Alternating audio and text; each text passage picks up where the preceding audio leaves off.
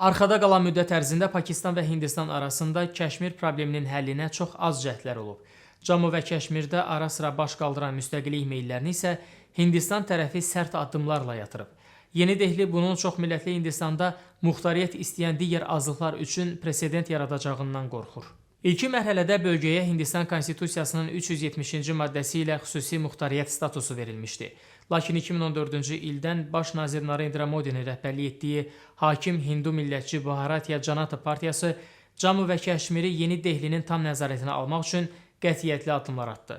2019-cu ildə 370-ci maddə ləğv edildi və bölgə Hindistanın qalan hissəsi və xarici dünyadan təcrid olundu.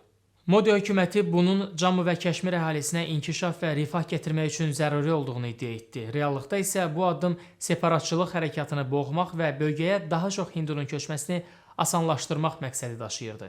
Pakistan 370-ci maddənin ləğvini pislədi və bu iki regional güc arasında gərginliyi daha da artırdı.